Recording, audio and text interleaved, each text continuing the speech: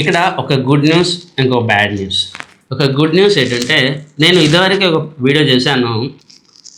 Telugu investors real ఎస్టేట్ని, stock మార్కెట్ని ఒకే విధంగా treat చేయండి, సేమ్ రెస్పెక్ట్ ఇవ్వండి, పరిస్థితులు ఎప్పుడు ఒకేలాగా ఉండవని చెప్పి గతంలో చెప్పాను. ఒక 3-4 సంవత్సరాల కిందట రియల్ ఎస్టేట్తో పాటు స్టాక్ మార్కెట్లో కూడా ఎక్కువ ఇన్వెస్ట్మెంట్ చేయండి అని చెప్తే చాలామంది నెగిటివ్గా తీసుకున్నారు.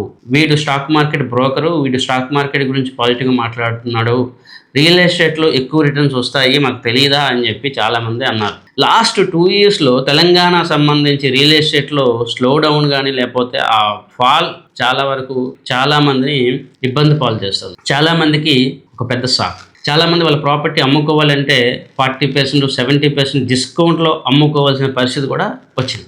ఇలాంటి సందర్భంలో ఎవరైతే ఈక్విటీ మార్కెట్లో ఇన్వెస్ట్మెంట్ చేశారో వాళ్ళకి స్టేబుల్గా రిటర్న్ రావడంతో పాటు ఇమ్మీడియట్గా వాళ్ళ అవసరానికి డబ్బులు లిక్విడేషన్ అవుతూ ఉన్నాయి. ఇది చాలా వరకు ఒక లెసన్.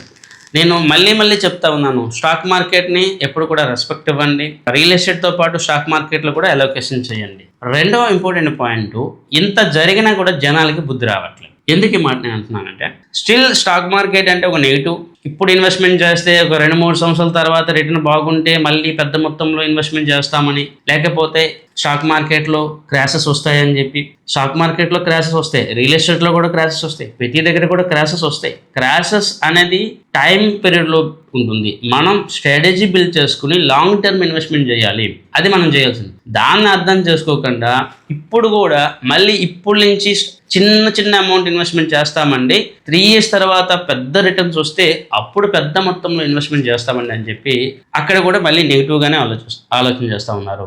ఈరోజు బల్క్ అమౌంట్ ఇన్వెస్ట్మెంట్ చేసి 5 years 10 years మర్చిపోతే తప్పేంటి, కానీ అలా చాలామంది చేయడానికి రెడీగా ఉండరు. ఎప్పుడు చూసినా కూడా స్టాక్ మార్కెట్ అంటే పడిపోతుంది, నెగిటివ్ ఇదే మైండ్ సెట్లు ఉంటారు.